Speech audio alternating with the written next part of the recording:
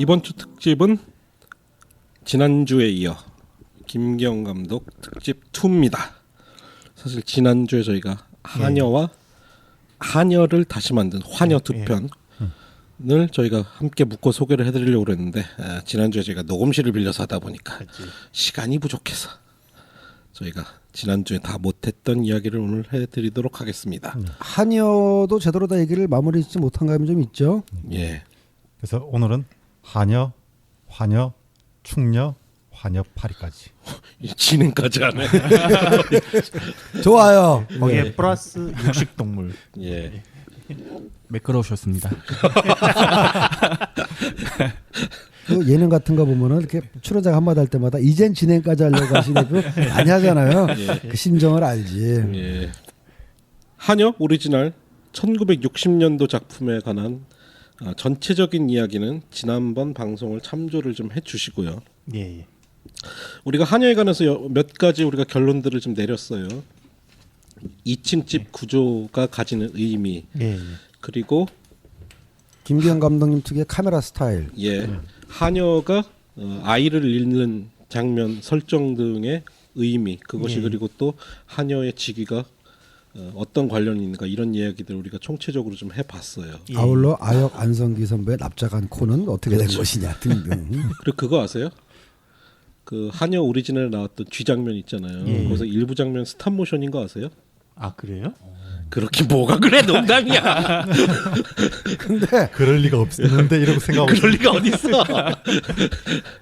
60년대 한국에서 스탑모션 애니메이션을 만들었던 건 사실이에요. 예. 콩쥐 팥쥐 이런 거 스탑모션을 만들었었거든요. 예.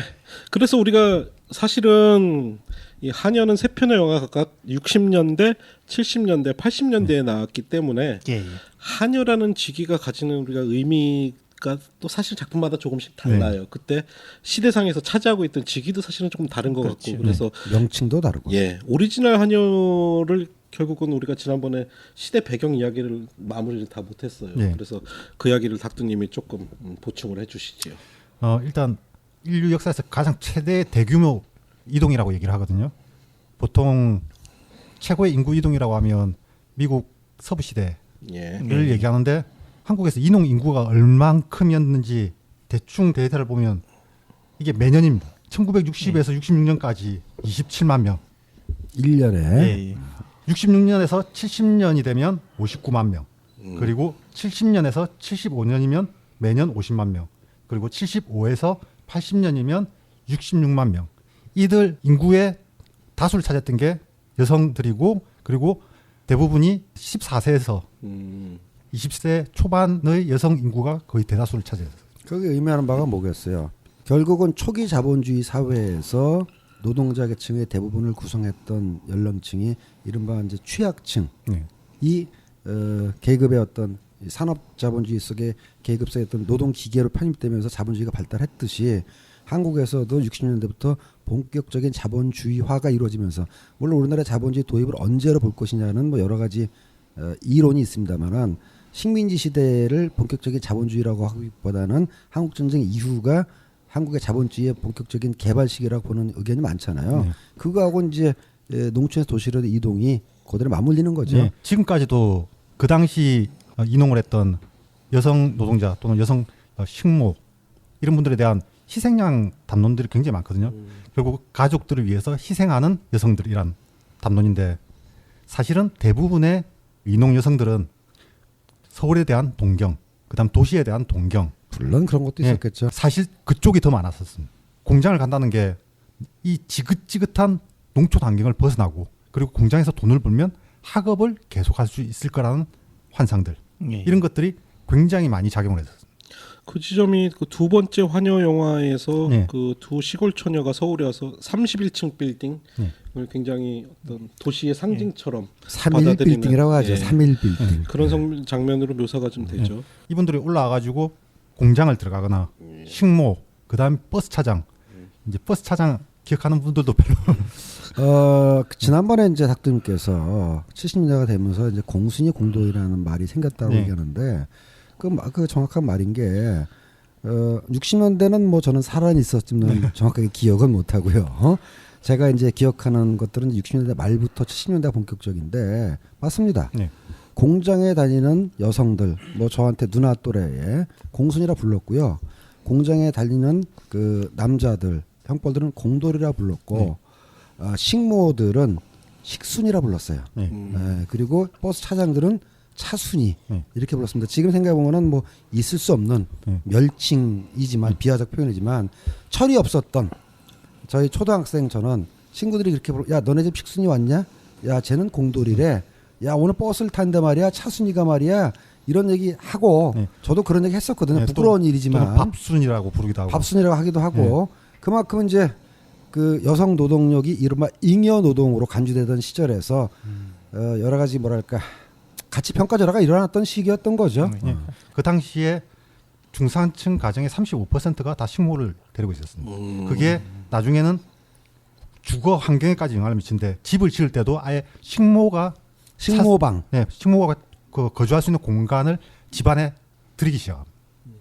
그리고 이 식모 문제 같은 경우에는 1960년대부터 언론 보도도 굉장히 많았거든요. 대충 그 언론 보도 1960년 1월달 걸 보면 사형이라고 해서 집주인이 하도 두들기 패는 겁니다. 잘못을 하면 두들기 패서 죽여버리기도 합니다. 그 다음에 식모들의 불평과 요구가 나오는데 그게 첫째, 제발 사람 대접해달라. 때리지 말고 저거는 그 사장님 나빠요랑 비슷한 거지 사실은. 그러니까 거의 인간 취급을 못 받았습니다. 그러니까 이 당시에 그 여성 노동자라고 하면 자기가 원해서 왔건 혹은 떠밀려서 왔건 사람들의 인식은 여성 노동자라면 그냥 보조적인 인력으로 생각을 했거든요. 근데 사실상 자기 집 부모님과 동생 그다음 오빠들을 책임지는 사실상 가장들이었죠. 그리고 제가 그 명칭에 대해서 조금 설명을 드리자면 제가 좀 읽어보니까 그 명칭의 변화가 하녀, 식모, 네. 그다음에 가정부까지 오는데 여전히 식모까지는 좀 근대적 개념인 게 쉽게 얘기해서 가정부까지 오면은 사실상 노동력을 소유하는 개념인데 네. 식모까지는 거의 몸과 정신을 다 지배한 그런 근대적 개념이다. 그러니까 거의 노예 전근대적 개념. 전근대. 노예라고 생각했죠. 노예라기보다 이제 정근대적 개념인 거죠. 그러니까는 예. 저거하고 비슷한 거예요. 남자는 머슴살이하고 여자는 식모살이하고 그게 이제 일종의 노비 내지는 노예 개념인데 몸종. 몸종 개념이죠. 근데 다만 조선시대 노비하고는 조금 다른 게 명시적으로 너는 나의 소유요. 문서화되진 않은. 문서화되진 않고 맞습니다. 문서화되진 않고 다만 경제적인 이유 때문에 남의 집에 가서 대신 노동력을 제공하고 그로 인해서 급여를 받는 대신에 그 급여를 주는 사람의 통제력이 굉장히 강했다는 점에 있어서는 전근대와 근대로 왔다 갔다 한 중간에 했던 게 식모고 사실은 말이죠. 그걸 안 좋은 의미로 써서 그렇긴 하지만 식모라는 것도 사실은 그 뒤에 어미 모자를 쓰잖아요. 그러니까는 원래의 의도가 나쁘진 않았을 거예요. 우리 옛날에 유모가 있고 반찬하는 참모가 있어서 그게 그 모자가 붙는 게 그런 어떤 여성으로서의 대상이 아니라 한 남자의 부인 또는 어떤 아이의 엄마라는 부속물로서의 개념입니다. 그러니까는 거기서 엄마라는 의미 자체가 없지는 않다라는 거죠. 지금 여기서 식모에 모자 쓸 때는 아까 얘기했던 뭐 노비 몸종이라기보단 집안에서 그 부인이 해야 될 여러 가지 역할 중에 일부분을 떼어서 하는 일종의 스태프라는 이 의미로 시작된 말인데 그게 점차 이제 말하자면 이제 잉여노동 내지는 그런 여성층이 그런 걸 담당하게 되면서 그 가치가 점차 비하적인 표현으로 쓰였다라는 거죠. 현실적으로는 비하적인 표현으로 쓰인 게 맞아요. 사회적인 당시 인식 자체가 충녀에서 보면 이대근 씨가 운전수 역할을 하지 않습니까? 운전수는 어엿한 직업인으로 규정이 돼 있고 그냥 남성이기 때문에 식모인 여성 같은 경우에는 그 가정의 부속물이 되는 거예요. 맞습니다. 그러니까 여전히 우리 명칭은 두 번째 한여 영화에서 명칭이 식모로 바뀌었죠. 근데 실제 의미는 사회적 의미는 여전히 한여에 가까운 그런 역할이었던 거예요. 그리고 이분들이 일을 하다가 나중에 친구나 아는 사람을 통해서 공장을 들어가면 성공한 케이스고 아니면 버스 차장을 하다가 결국 이 사람들이 70년대가 되면 호스티스로 엄청 많이 빠지게 됩니다. 그래서 호스티스가 사회 문제가 되고 이 시기에 박정희가 공장을 부정적으로 다룬 영화나 TV는 아예 못 틀게 됐습니다. 그래서 사람들이 다룰 수 있었던 게 일단 여성은 문제적 존재라고 사람들이 인식하고 있었기 때문에 호스티스 영화들이 그때부터 범람하는 사회적 분위기가 만들어집니다. 그 70년대에 노동운동을 다룬 영화가 가당키나 했겠어요. 대신에 이제 그쪽 사회를 다루지 못했으니까 다뤘던 영화가 영자의 전성시대라든가 별들의 고향 같은 여성들이 진출할 수 있었던 또 다른 직종 중에 하나인 호스티스. 그것 사실 우리나라에서 호스티스라고 하는 거고 예. 그냥 정확하면 술집 여급이라고 하는 게 맞겠죠.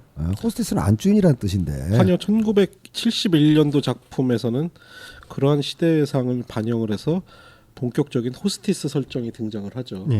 그래서 이제 한여에 이어 그 다음 작품 환여 1971년도에 나온 환여 이야기를 좀 해볼게요. 사실은 한여하고 환여 사이에는 조금 큰 차이가 좀 있는 것 같아요. 제가 보기에는 같은 듯 다른 점도 많아요. 예. 이 작품은 독특하게 경찰이 사건을 조사하면서 그 사건의 전모가 밝혀지는 플래시백의 형태로 영화가 진행되고 있죠. 다른 말로 얘기하면 액자 구조의 회상적 액자 구조의 플롯입니다. 그리고 놀라운 것은 그 오프닝에서 노골적으로 매스컴을 비난하는데 그게 상당히 최근 벌어지고 있는 일과 유사합니다. 그렇죠. 왜냐하면 어떻게 보면 일개 살인 사건인데 기자가 또 그것을 일종의 반공 프레임으로 엮어서 경찰에게 질문을 하니까 최무룡이 너 그러면 돼 임마 이러면서는 매스컴을 비난하는. 야, 이 71년도 이거 굉장히 과감한 시도 아닌가요? 김기영 감독님이 유현목 감독님처럼 약간 사성적 문제로 고초를 겪으신 일이 있었던가요? 저는 그렇지는 않았던 그런 건 없었지만 같습니다. 나름대로 그래도 이제 비판적 의식을 가지셨다면 그런 대사를 할 수 있는.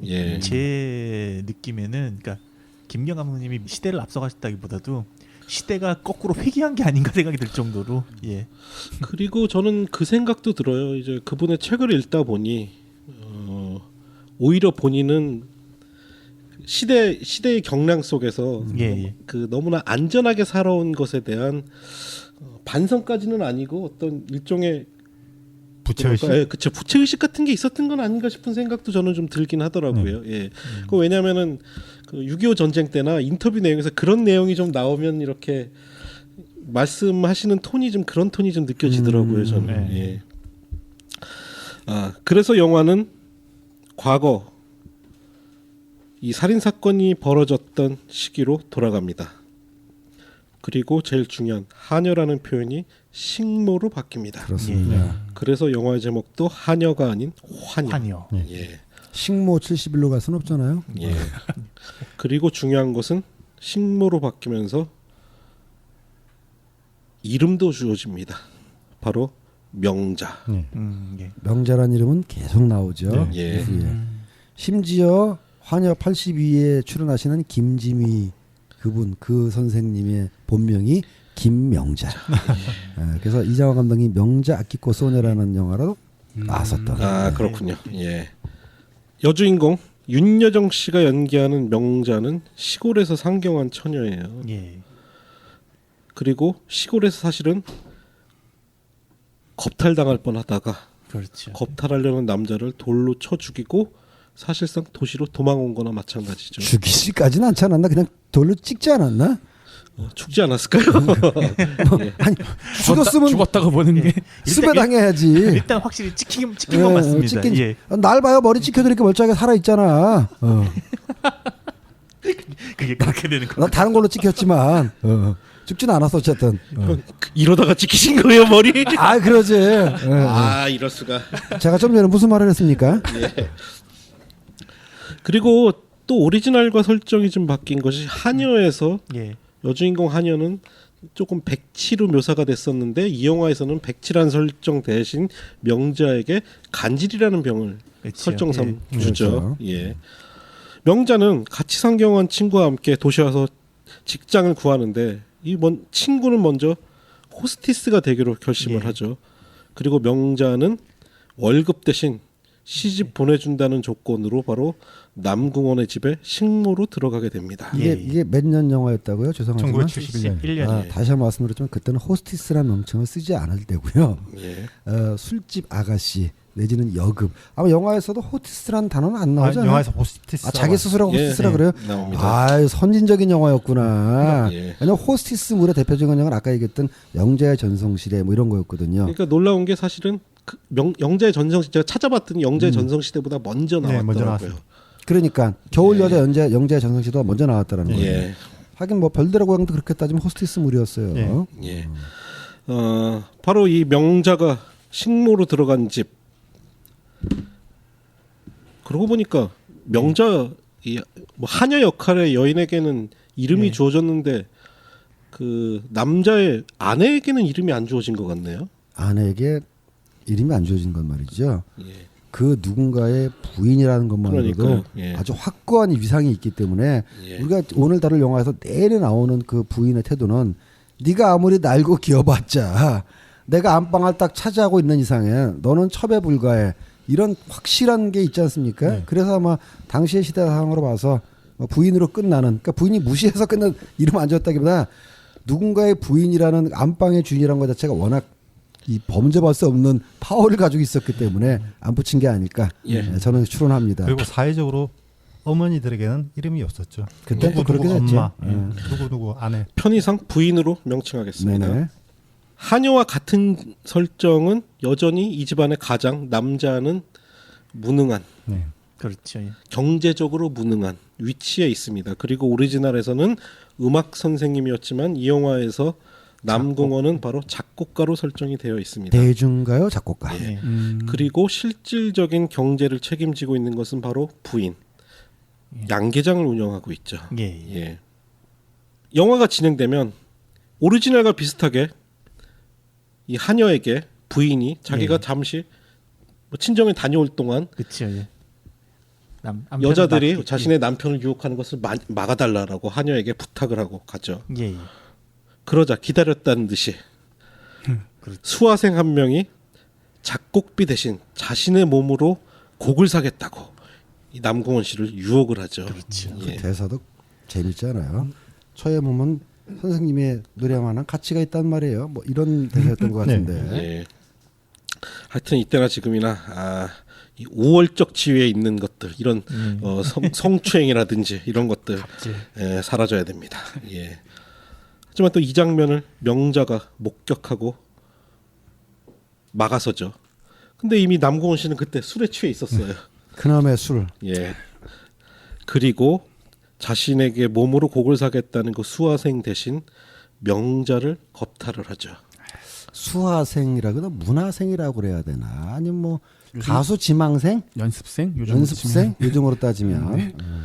오리지널과 설정이 다른 지점은 바로 이 지점이에요. 오리지널에서 하녀는 사실 어떻게 보면 좀 적극적으로 네. 유혹을 하는 반면에 이 영화에서부터는 명백하게 술에 취한 남자가 겁탈을 하는 것으로 그리고 결국 이 겁탈로 인해 명자가 임신을 하죠. 이때부터 사실은 명자 캐릭터가 조금 바뀌는 것 같기도 해요. 예.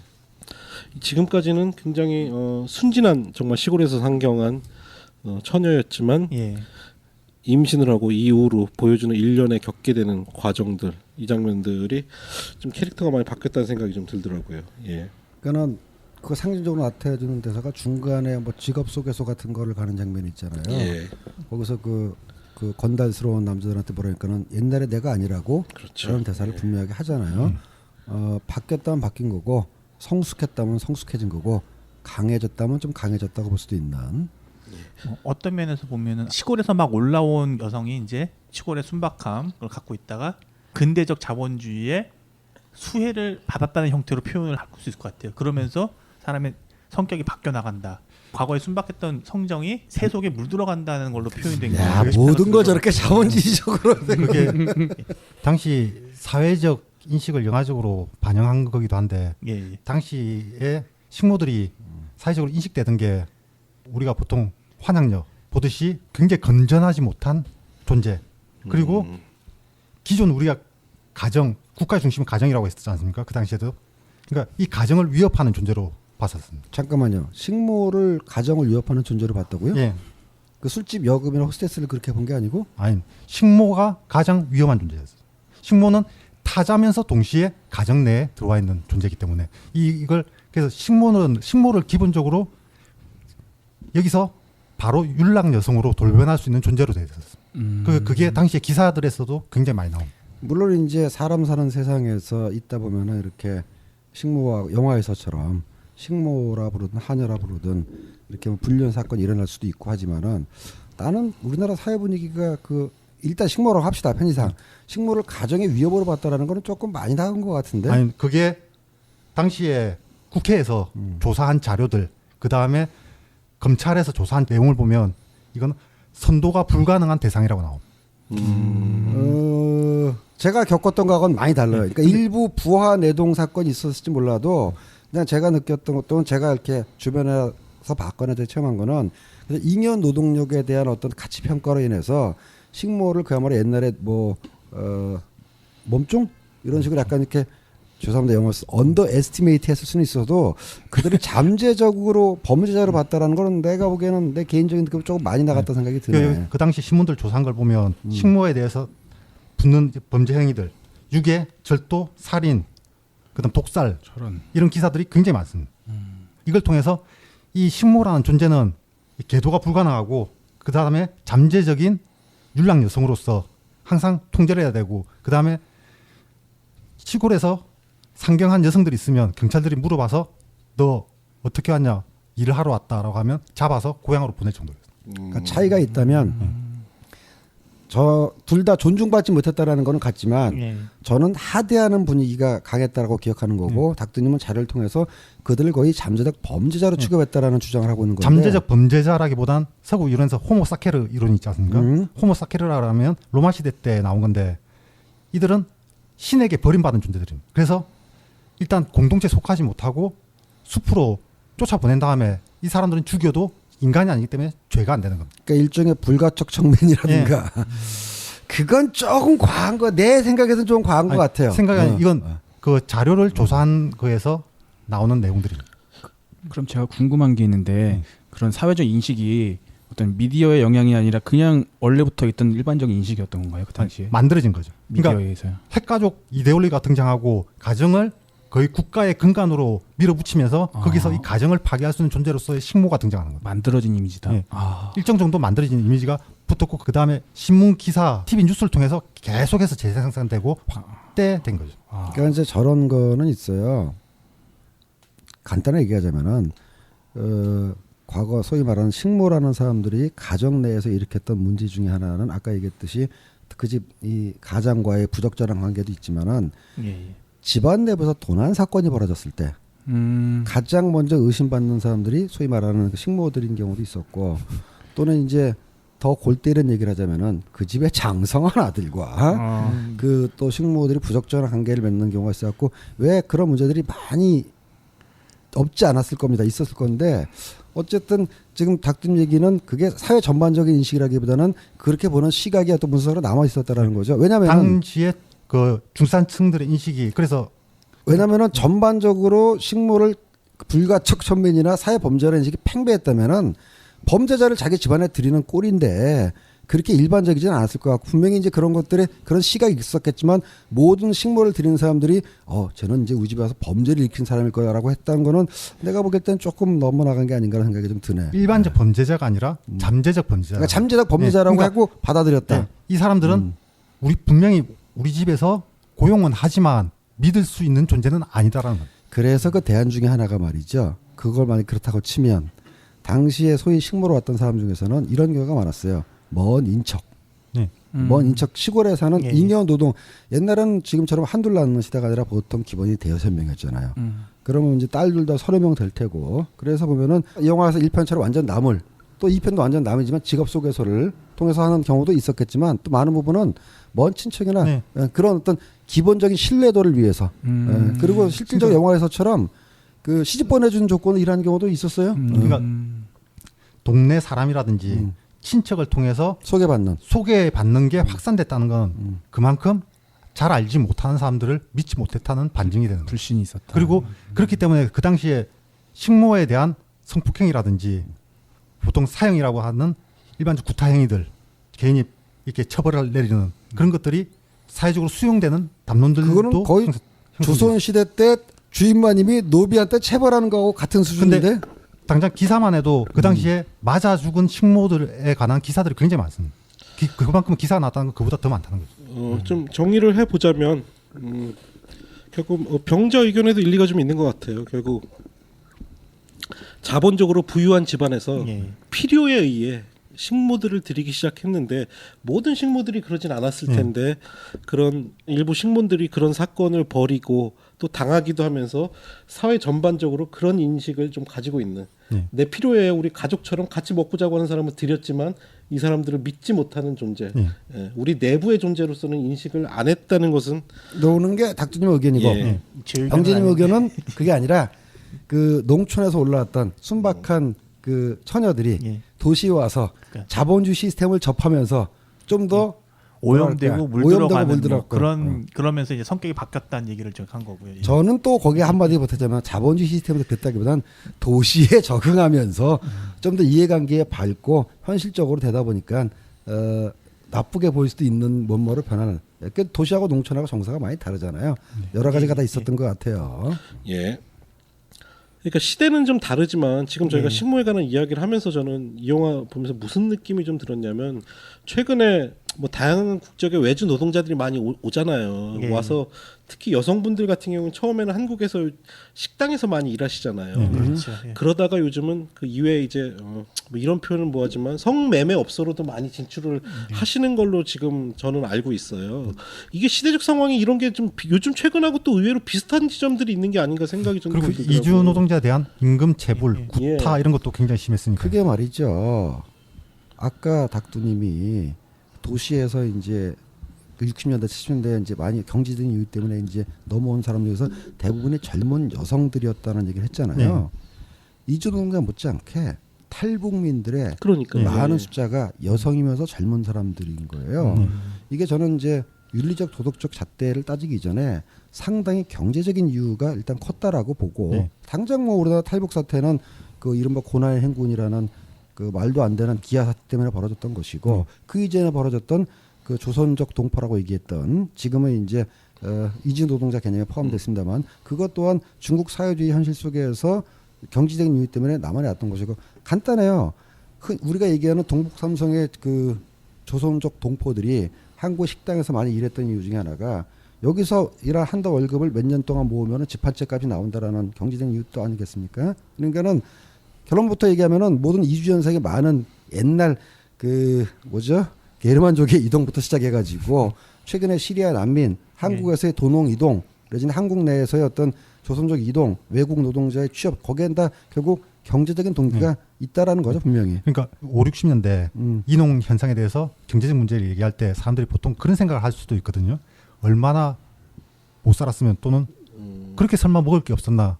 근데 제가 실제 먹을 게 없었어요. 어머니한테 얘기 들었던 개떡 만드는 방법이 있습니다. 개떡이라 그러면 요새는 뭐 쑥 넣고 이런 그 사람들이 예. 이제는 생각하는데 그게 아니라 뭐 별미로 생각하는데 예. 그게 아니죠. 겨울이 되면 일단 밀이 조금 남습니다. 그리고 보리 겨가 남습니다. 그럼 이 두 개를 섞어봐야 얼마 안 되지 않습니까? 산에 올라가서 소나무 속살을 이렇게 베냅니다.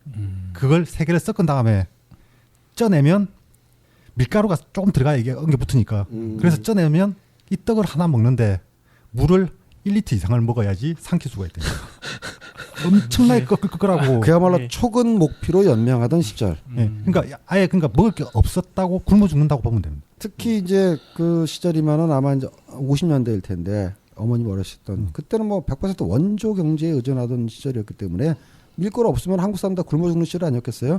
그 밀가루를 풀어서 대통령도 되고 고모신 플러스 대통령도 되고 그런 시절이었기 때문에 지금 이 방송을 듣는 분은 이게 웬 고전 설화인가 하겠지만 웬 개떡 같은 소리야 그러시겠죠. 저까지는 그걸 겪지 못했지만 저도 뭐 그런 얘기를 많이 들어서 알고 있는 그리고 제가 어렸을 때도 시골에서는 그런 일이 있었을 수 있는 그 현실이었다는 거죠. 그리고 그 개떡 만드는 걸로 수제비를 끓이면 보통 수제비가 한 대여섯 개 들어가고 나머지는 국물이죠. 예, 우리 집은 어렸을 때 너무 잘 살았어. 지금이 제일 가난해. 예, 결국 명자가 임신을 하지만 부인이 하녀에서는 스스로 계단을 굴러서 아이를 떨어뜨려라 예. 라고 하는 듯한 뉘앙스를 주는 장면이 나오지만 이 영화에서는 명백하게 병원으로 병원에 가서 예. 중절 수술을 하죠. 예. 예. 좀 원시적이고 폭력적이고 무식하던 중전 형태가 그나마 조금 예. 달라졌군요. 두 작품에서도 공이 나오는 것인데 이 한여 또는 식모가 왠지는 모르겠지만은 집안 주인 아주머니한테 굉장히 의지하는 모습을 계속 보이는 것도 그냥 특이한 점이긴 해요. 그리고 한여와 다른 점은 한여는 영화 자체 가 굉장히 상징적이지 않습니까? 예. 계단에서 구른다는 것도 결국 그렇지. 계급 상승의 추락인데 예. 여기서는 좀 더 다르게 그냥 병원으로 고의 데리고 가자. 그 사실은 사실은 10년 동안 그만큼 달라진 거죠. 그 아이를 떼는 순간까지는 그렇게까지 이 한여 내진 식모가 광기에 예. 젖어 있다고는 볼 수는 없어요. 그리고 병자가 지적한 대로 오히려 물론 이런 상태가 됐지만 저를 이 집안에서 쫓아내지 마세요라고 그렇죠. 오히려 의지할 정도로 그게 지금 시각에서 납득이 안 되겠지만 말이죠. 그럴 수도 있는 게 아까 얘기했듯이 뭐 작게는 5-6명 도 그때는 형제가 많은 게 아니었어요. 한 7-8명 정도는 돼야지 형제가 많다라고 할 정도의 시대에 있어서 시골에서 먹고 살기 힘들어갖고 서울에 올라왔잖아요. 그래갖고 식모가 됐든 하나 됐든 남의 집살이를 하고 있는 거 아니야. 근데 주인 아저씨 애를 뱉다 임신했다고 해서 쫓아내면은 고향에서 받아줄 것 같아요? 안 받아줄 가능성이 더 높다라는 거지. 당장 쫓겨나죠. 그러니까 오히려 고향에서 입 하나 덜었다고 야 갑자기 일본 드라마 오신 생각나네. 그것도 그러거든. 입 하나 덜었다고 좋아하고 있는데 서울에 올라가서 잘 있는 줄 알고 있던 애가 와가지고 더군다나 이제 애까지 그런 몸으로 와서 입 하나 들었다. 그거는 실제로 갈 데가 없기 때문에 병자님 이해가 안 가지만 그 사람이 생존하기 위해서는 비굴하고 추사하고 치사하고 더러워도 부당함에도 불구하고 주인 여자한테 매달릴 수밖에 없었던 게 당시 현실이에요. 그리고 사실 이런 부분 때문에 한여를 이야기할 때 우리가 상호 보완적 텍스트로서 충료의 가치가 좀 있는 것 같아요. 제 생각에는. 그걸 때리지. 그건 이따 얘기하겠지만. 제가 이제 이해가 안 된다고 하는 거는 그 시점을 기반으로 너무 태도가 확 달라지는 부분을 아마 이해하기 힘드실 수도 있다. 뭐 그런 뜻을 말씀드리는 사실은 환여는 영화가 내가 보기에는 이 시절 영화가 좀 괴팍해. 설정도 말이 안 되는 부분도 많고. 그 영화 딱 진행하면서 전반 후반이 확 나는. 그렇죠. 예, 예. 그래도 환여 8위보다는 환여가 낫잖아요. 훨씬 낫죠. 어찌됐든 명자는 아이를 잃고 나서부터 정말 말 그대로 광기에 휩싸입니다. 예. 그리고 오리지널 한여에서는 우리 또 성기영님이 한여의 뭐 의도와는 상관없이 결국은 죽음을 맞이하는데 속편 환여에서는 그것에 광기를 더해서 사실은 이 부인이 또 그 자기는 아이를 뗐지만 부인은 또 아이를 낳잖아요. 예. 광기에 휩싸인 식모가 그 갓난 아이를 던져 죽이는 장면까지 묘사를 합니다. 충격적이야. 근데 사실 플롯상에서 볼 때 환여는 좀 구멍이 많아. 난데없이 그 영화 초반에 등장했던 직업 속에서 소장이 등장을 해서 알고 봤더니 이놈도 나쁜 놈이야. 뭐냐? 자기가 직업 소개해줬던 그 여자들 약점 그렇죠. 예. 잡아다가 나중에 잘 일하고 있는 그녀들 찾아가서 이것저것 갈취하는 삥을 뜯어가는 예, 놈이죠. 아주 나쁜 놈이 이 영화에서 등장해서 명자를 협박하는데 협박의 내용이 바로 너 예전에 시골에서 이런 일 당할 뻔해서 남자 돌로 치고선 도망갔다며 그치. 이런 내용으로 협박을 하지만 명자는 아랑곳하지 않는 듯해요. 그게 아까 얘기했던 이젠 옛날에 내가 아니야. 그리고 심지어 집에 찾아온 직업 속에서 소장을 죽이고 예.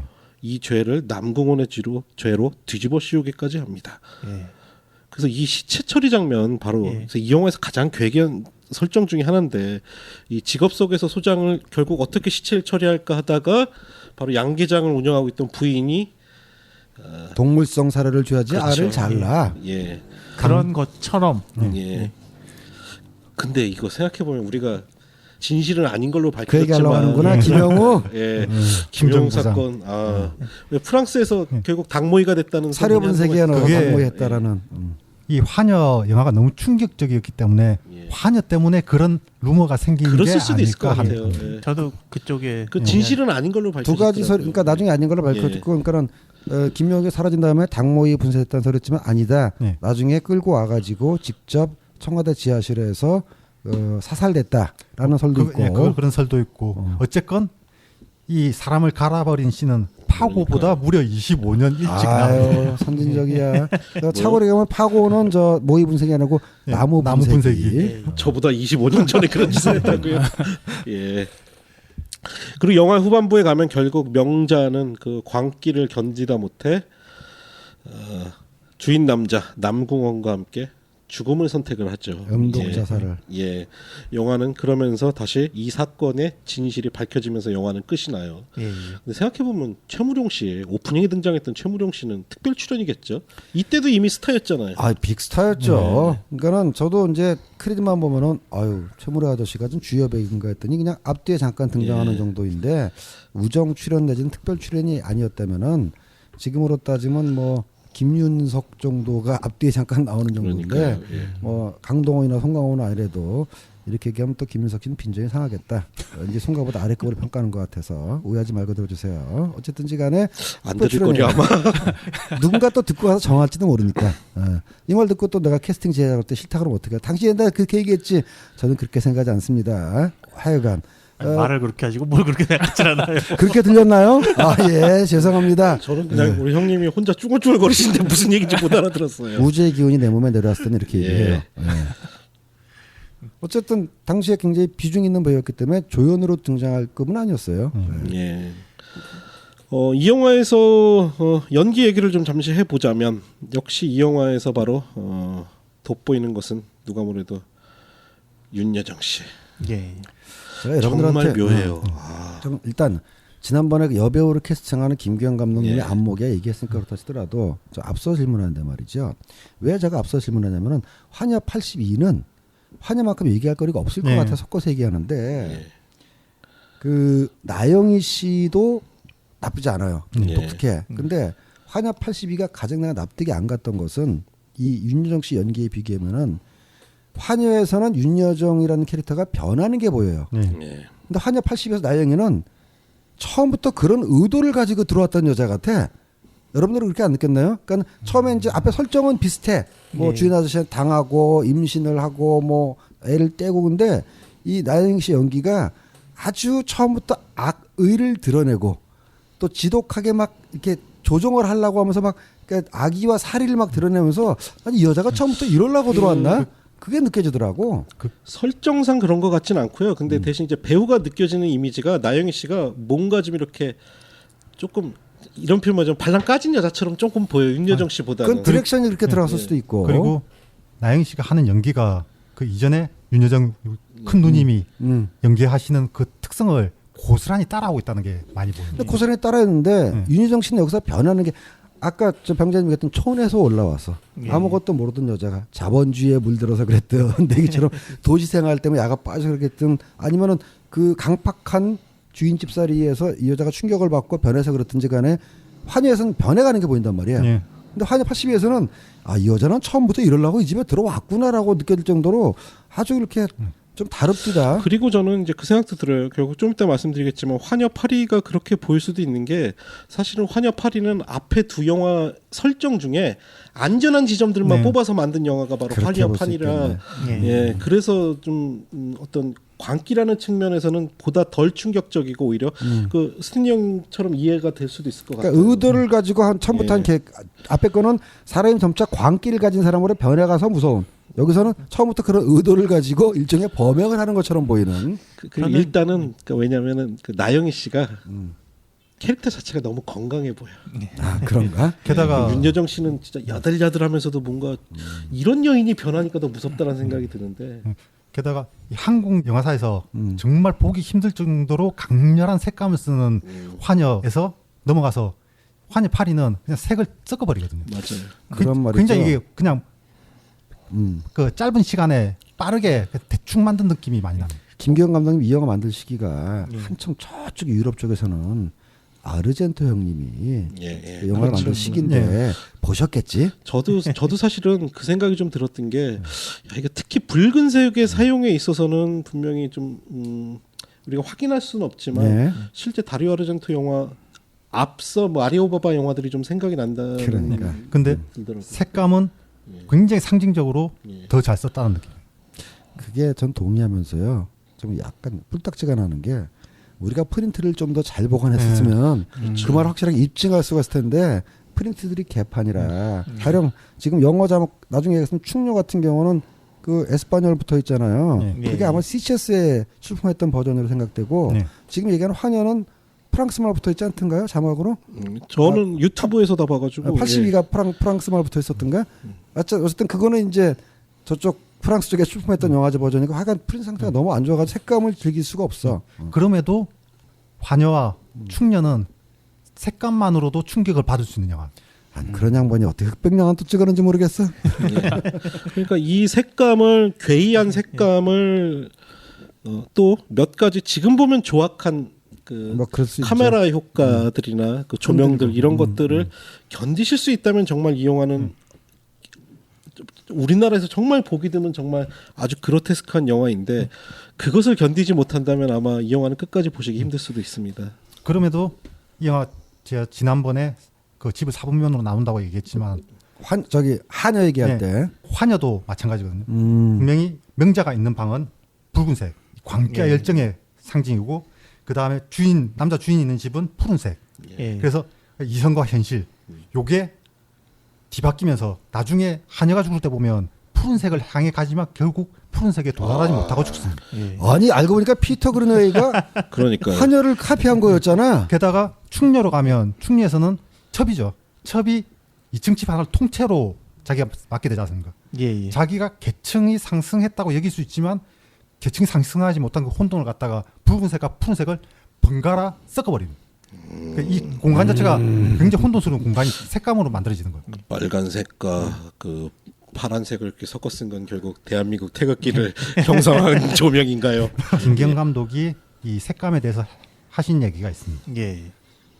김경 감독이 했던 얘기를 읽어보면 언제고 세월이 좋으면 진짜 총천연색으로 하자. 우리가 1970년대에 쓴 선명한 색깔은 저항의 색채였다. 김경 감독이 그런 말씀하셨다는 그런 거예요? 말씀이었어요. 그러면 김기현 감독이 빨갱이였던 얘기인가? 네? 까지는 아니라 할지라도 뭐 시대에 대한 어떤 의식이 어느 정도 있었다는 거죠. 그리고 뭐 여러분 아시다시피 빨갱이라는 단어는 분단 이후에 한국 진정을 거치면서 이렇게 굉장히 트라우마틱해진 단어고요. 김기현 감독이 젊으셨던 그 시절에는 그렇게까지 지금의 같은 의미로 쓰이지는 않았던 시절 아니었겠습니까?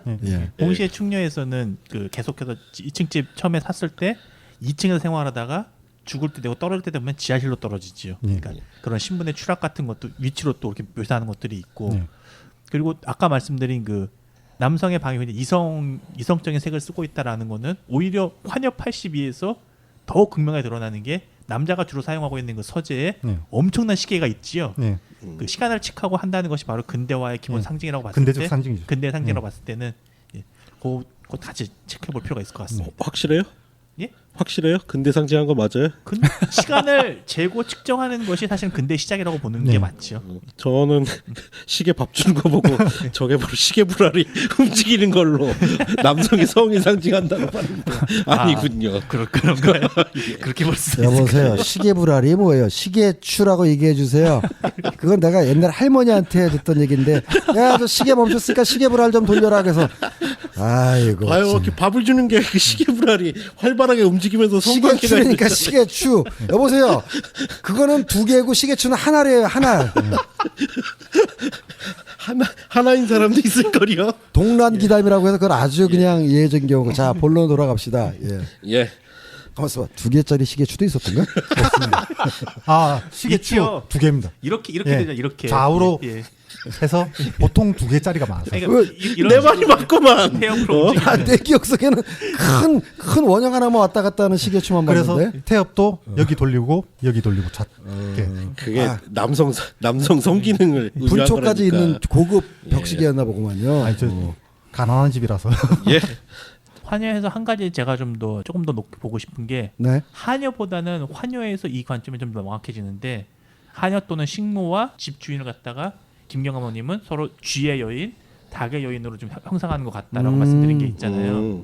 그런데 이 관점으로 봤을 때 특히 환여에서 좀 더 명확하게 드러나는 거는 쥐의 여인이었던 한여 또는 식모는 자신이 이제 근대화되고 싶어하는 욕망이 있어요. 전근대 상징인데 근대화되고 싶은 욕망이 있죠. 그래서 자기도 닭처럼 저렇게 좋은 우리에서 잘 관리되면서 먹이 먹으면서 딱 생산만 할 수 있는 존재가 되고 싶어하는 욕망이 있다라고 좀 느껴지더라고요. 그래서 닭의 여인, 그러니까 자신이 되고 싶어하는 닭의 여인의 그 컨트롤에 충실히 따르고 있다가 그 닭의 여인에 의해서 자신이 닭도 못 되고 생식 기능까지도 거둬나가게 되잖아요. 그때부터 광기에 일어나서 확 미쳐간다는 느낌이 좀 들더라고요. 여보세요. 예. 자꾸 닭의 여인 그러지 마세요. 아 그리고 저 등장님 얘기를 듣다 보니까 아까 잘못 설명한 게 이 마지막 명자가 죽을 때 푸른색에서 죽습니다. 그리고 붉은색으로 못 들어가는데 사실상 현실 상황에 좌절을 하고 다시 예. 상징 세계로 돌아가려고 하지만 못 들어가고 죽고 마는 거예요. 예, 말씀하신 것처럼 그래서 예. 원래 있던 자기가 있던 주의 상태로 돌아가고 여보세요. 싶어 주위에 했는데 자꾸 주의 그러지 마세요. 그럼 자꾸 주의다 주의 그래요. 단 얘기가 정치적인 얘기는 아니시죠? 그러니까 왜 영화 밖에서 정치적인 얘기라고 그래. 그러고 보니까 꽤 아니. 최근에 쥐를 상징하는 분과 닭을 상징하는 분이 계속해서 아니 사실상 이 영화에서 가장 남자인데. 중요한 어떤 상징들이기 때문에 네. 얘기는 안 나올 수는 없는 거죠. 예, 예. 자 일단 그러면 저희는 절대 정치적인 의도로 이런 얘기하는 거 아닌 거라는 거 우리 저 청취자분한테 명확하게 진짜. 얘기 드리고 쥐와 닭 사이에서 선택하는 게 얼마나 불행한 거야. 오해하지 마세요. 들어주시는 분들 오해하지 마십시오. 예. 예, 말 끊었는데 미안합니다. 이렇게 전다 생각한 것 같아요. 예. 거기 얘기는 쥐와 닭 사이에 선택해야 된다는 건가요? 실제 병자가 이야기했던 부분이 핵심인 게 이제 영화 속에서 그런 설정도 나오죠. 왜 그 뭐라고 불러야 돼? 닭이 난 알. 그 암컷 왜 제대로 못 낳는 암컷 무정란, 예, 무정란. 그거 이렇게 뭐 골라내는 법을 설명한다든지 이런 장면들이 예. 진짜 감독님 양계장을 하셨나? 어떻게 이렇게 잘하시지? 아 그리고 이 영화에서 후반에 굉장히 인상적이었던 게 이블데드에서 볼 수 있었던 카메라 트래킹들이 이 영화에 나옵니다. 후반에. 무려 이블데드보다 11년 전에 나왔던 영화인데 네. 예를 들면 어떤 장면 얘기하는 거죠? 카메라가 트래킹하면서 비스듬하게 이렇게 꺾는다든지 아, 화면을 예. 드리프트인가요? 그러니까 무빙하면서 꺾는다는 얘기죠. 카메라가. 예. 카메라 드리프트 멋진데요. 환영아 정말 이 영화야말로 정말 미래를 다룬 영화였군요. 예. 다시 한번 김기영 감독님은 본인의 영화를 다시 한번 만드는데 그게 바로 1982년에 나온 환여 8이에요. 예.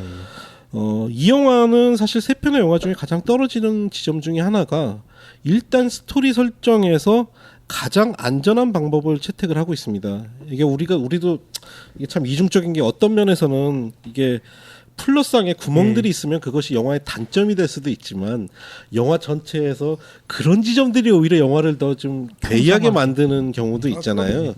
환여가 저는 좀 그런 경우인데 사실 환여 8위에서는 굉장히 안전한 방법으로 선택을 좀 하는 것 같아요. 그래서 전체적인 만듦새 이전에 몇 가지 설정만 말씀드리자면 전편에서 가장 충격적으로 나왔던 갓난 아이를 집어던져서 죽이려는 이 설정이 다시 오리지널에 그냥 큰 아들이 예. 그냥 계단에서 굴러떨어서 죽는다든지 그리고 뜬금없었던 그 직업 속에서 소장이 등장하는 장면 같은 것도 그냥 양계장에서 일하는 직원으로 바뀌는 것들 이런 것들 지점들이 제가 보기엔 일단은 김기영 감독님이 굉장히 안전한 길을 선택했다는 느낌이 좀 그리고 들어요. 성의 없어 보입니다. 예. 아 동의해요. 그래서 한여 8위는 이미 일단 좀 눈여겨볼 지점이 좀 캐스팅인 것 같은데 사실은 김기영 감독님이 똑같은 영화 3번 정도 만들었고 이 3번째 영화는 이미 좀 만듦새가 떨어지긴 하는데 역시 영화의 전 중심을 잡고 있는 게 김지미란 대배우가 있어서 그런지 저는 세 영화 중에 이 가정주부 역할로서는 가장 중심을 잘 잡고 있다. 캐릭터가 좋고 나쁘다를 떠나서 중심을 좀 김지미 씨가 잡고 있는다는 느낌이 좀 전 들더라고요. 그게 이런 거 아니에요? 세 편 다 예. 여자가 가정을 경제적으로도 책임진다는 점에 있어서 다른 말로 얘기하면 여장부의 이미지인데 김지미 선생님이 가장 여기서 여장부의 이미지가 세서 그런 게 아닐까? 원래 이름도 명자이기도 하고.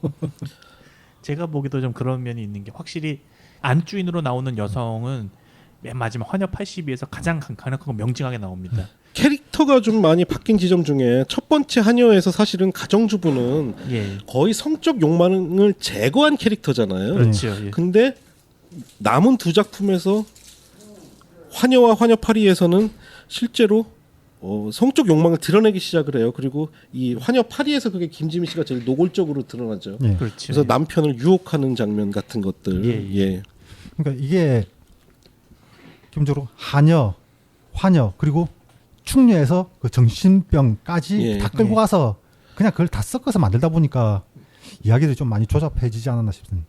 예.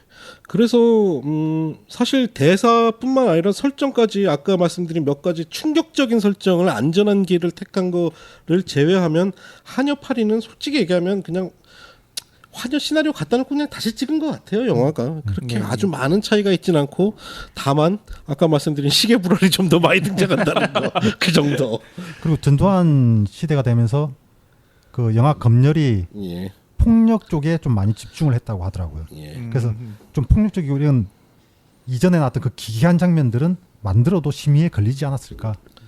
그럴 수도 있을 것 같네. 그리고 중요한 건 우리 흔히 얘기하는 전두환 집권 초기 때 예. 3S 정책 중에 바로 이 시절에 시작된 게 바로 그 성의 영화라고 예. 불렸던 섹스 산업. 예. 그리고 바로 이 영화에서도 그런 뉘앙스를 좀 받을 수가 있고 결국 그렇죠. 예. 여기서 나영 씨는 바로 이 영화 이후로 6년 후에 성의 영화의 대표작인 매춘으로 우리 또래 사춘기 소년들의 마음을 뒤흔들었죠. 시대상도 느낄 수가 있는 게 이 영화에서 오히려 그 호스티스 설정이 사라지지 않았어요. 그냥 네. 오히려 오리지널에 그 한여로 그냥 들어오는 가정부로 들어오는 그런 예, 역할로만 호스티스는 바뀌었어요. 사라졌죠. 호스티스 예. 설정이 좀 빠진 것 같아요. 그러니까 예. 이 시기에 오면 이제 환여팔이라든지 육식동물 같은 경우에는 이 성애 영화의 어떤 범주 안에 인력에서 들어있죠. 범주 안에서 예, 만들었다고 예. 봐야죠. 예. 이렇게 저희가 지난 방송부터 한여, 환여 아니죠? 예. 한여, 환여, 환여팔이 이 세 작품을 다뤄드렸는데 뭐 전체적인 작품 맥락은 말씀을 드렸고 배우 얘기를 한번 해보시죠. 예. 그냥 편하게 예. 남자, 아내, 한여로 통칭을 할게요. 예. 세 영화 중에 남자 역할로 제일 어울렸던 배우는 누구셨어요? 일단 예, 저부터 말씀드리자면 저는 이미지상은 저는 전무성 씨가 저를 어울렸다고 생각을 해요. 아, 왜냐면 저도 유약한 동감합니다. 이미지가. 우유부단하고 예. 근데 앞에 두 배우들은 사실 한국 영화에서 남성적 이미지를 대변하는 배우들이 그 역할을 해서 그렇죠. 저는 오히려 안 맞을 수도 있다는 생각이 들더라고요. 그 김진규 선생이나 남궁원 선생이나 우리 전 헤럴드 경제이자 국회의원이셨던 홍모의 예. 아버님 아니겠습니까? 예. 전형적인 그 가령 신성일 선생까지 합쳐가지고 60년대 그 남성적인 외모, 그렇죠. 부리부리하고 예. 콧날 오똑하고 이런 전형적인 외모에 비하면 확실히 정무성 선생의 캐릭터에 더 맞기는 해요. 근데도 불구하고 영화 완성도가 떨어져서 그런지 이렇게 예, 영화 완성도가 그렇죠. 좀 떨어지죠. 남지 않네요. 저는 그렇게 따지면 김진규 선생을 꼽겠습니다. 예. 저 같은 경우는 일단 그렇게 우유부단하고 그 어정쩡한 인간을 유약해 보이는 사람이 연기한다는 건 좀 아닌 것 같고 오히려 남궁원 씨처럼 이 강인한 남성성의 상징이 그런 어처구니없는 역할을 하는 게 좀 더 나았다고. 저는 왜 그러냐면은 그 한여를 겁탈하고 나서 나중에 환여에서는 다 술 탓을 하잖아요. 근데 예. 그 남궁원 씨가 실수다 이거랑 전무성 씨가 술 먹고 실수했구나 이 두 개가 오히려 전 전무성 씨 이미지하고 좀 맞더라고요. 근데 그거는 저 차이도 있는 거예요. 어차피 그때까지도 후시 녹음을 예. 했지만 전무성 씨는 본인 목소리로 ADR을 하셨고 예. 남궁원 선생은 그 성우가 대신 하셨거든요. 그렇죠. 예. 그래서 목소리 그 연기의 톤도 조금 달라요. 가령 절대 이건 저 비하의 의미가 아니니까는 좀 잘 들어주십시오. 중간에 막 아니 년이 이런 대사의 톤도 나는 변사또가 꼭 춘향이한테 예. 2년 수청을 눌러 약간 이런 톤이 나오잖아요. 앞에 영화만 해도 그렇죠. 거기 보면 그 전무성 씨의 발화나 발성이 조금 더 자연스럽긴 하죠. 원래 전무성 씨가 연극판에서 아주 뭐 그럼요. 유명한 너무 유명한 지금도 아주 뭐 배우거든요. 대원로 배우로 계시고요. 전무성 씨 같은 경우는 사람이 일단 인상이 선하고 그렇죠. 그리고 좀 유약해 보이니까 예. 예. 거기다 그냥 한심함만 덧붙이면 되거든요. 한심한만 그러면 이게 그냥 캐릭터 자체가 그러니까 너무 이렇게 좀 재미가 없는데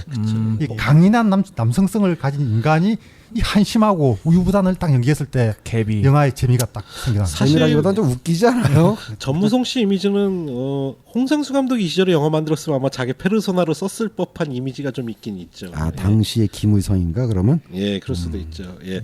그리고 이제 부인 역할은 어떤 배우가 제일 좋으셨어요? 저는 단연코 전계현 씨. 예, 통감입니다. 묘해요 이미지가.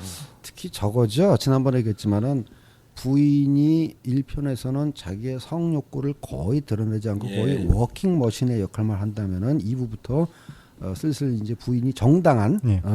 아내로서의 어떤 성적인 요구를 하기 시작하는데 전계현 씨가 이제 여자의 몸은 악기와 같은 거래요. 이 대사를 하잖아요. 야, 그거 굉장히 에로틱합니다. 그리고 정계현 씨에 와서 이제 적극적인 조종자가 되는 거죠. 그러니까 예, 예.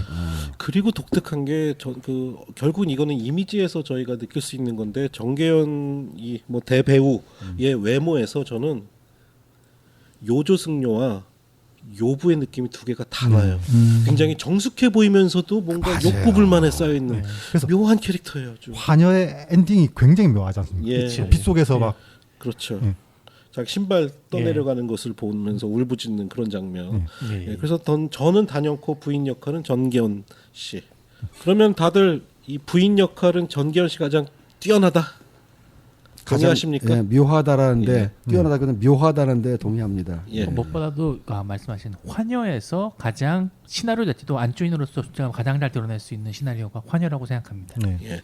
그리고 마지막으로 가장 중요한 캐릭터인 하녀 역할 세 영화 중에 누가 가장 뛰어나다고 단연 생각합니까? 이은심이지. 예. 그분은 연기를 떠나서 이미지에서 먹고 들어가는 것 같아요. 그리고 저는. 한국 영화에서 가장 복합적인 캐릭터 중에 하나니까요. 예. 연기도 저는 그분이 지금 영화를 하시거나 지금 연기를 해도 굉장히 현대적으로 먹힐 만한 얼굴이다. 네. 그 사진 구글에서 검색하면은 아주 지금은 너무 이제 백발의 노인이 되신 모습이 사진이 남아 있는 게 있어요. 한국을 오랜만에 아마 네. 이 영화를 끝으로 몇 편 더 출연하시다가 미국으로 가셨을 거예요. 그랬을 거예요. 그러면 돌아오셔서 나중에 정말 거의 뭐 80세가 다 되셔서 찍은 사진이 남아 있는데 얼굴이 남아 있으시더라고요. 이게 조금 계열이 다른 얘기잖아요, 말이죠. 배두나라는 배우가 처음 등장했을 때 예. 기존의 어떤 다른 여배의 얼굴하고도 차별화되는 이미지가 있었거든요. 그리고 약간 X세대라고 그러나 신세대의 상징처럼 이렇게 그땐 N세대. N세대였나요? 아, 죄송합니다. N세대니.